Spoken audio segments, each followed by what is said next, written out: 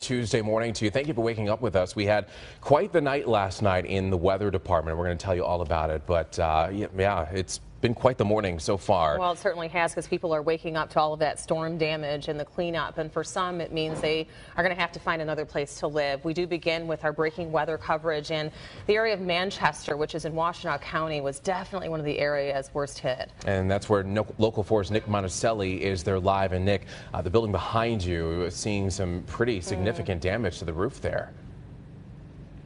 Well, and it's really horrible, in fact, because this is a daycare, and the children and their parents will be showing up very soon to find out that daycare, unfortunately, has to be closed today and for the foreseeable future. We'll get to some video to show you the damage a little closer than where we are right now. Of course, the National Weather Service still has to come out here and confirm that an actual tornado has hit, whether it be a tornado or those straight line winds that Brandon has been talking about. The damage to this area is extensive.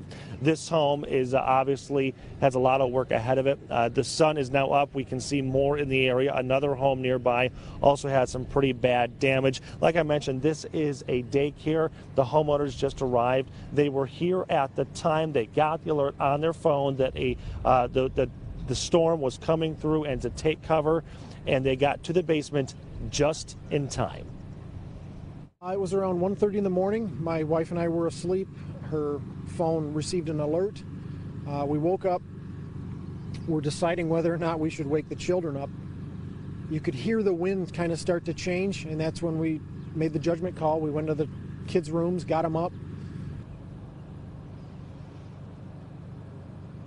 So from there, what happened was they got down into the basement, and as they were going down the stairwell, that is when the storm picked up some lawn furniture that was here on the front porch and threw it through one of the windows, and that's when they knew this was going to be bad. Robert, the father of two girls, they also had a niece here staying with them. After the storm passed, he said he came up to see what kind of damage it was, pulled the ladder down to the attic and saw right into the sky and realized that's how bad things were. So we got the family out, knowing that the structural damage was pretty intense, and away from the home.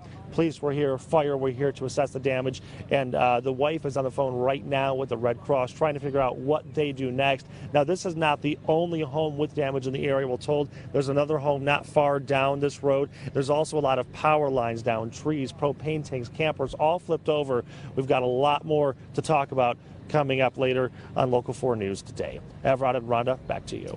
Well, thankfully they heeded the warning. They got into the basement. Sometimes we watch how these storms, they hit one house and then the next house is okay. We were just trying to think of like a broader view of what you see there when you look at that street.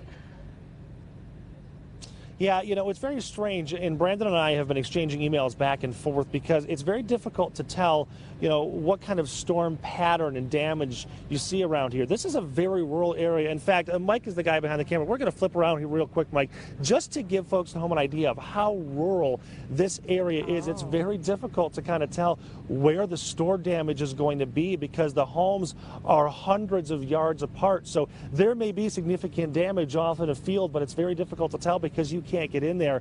But those areas that are easier to tell, again, the homes, the campers flipped over, whether or not the tornado moved through here quickly, kind of went through a pattern, or we had those straight line winds, that's what the experts are going to have to come in here and try to figure out pretty soon. All right, that's a good view for us to see there. Nick Monticelli reporting live for us this morning out of Manchester. Nick, thank you.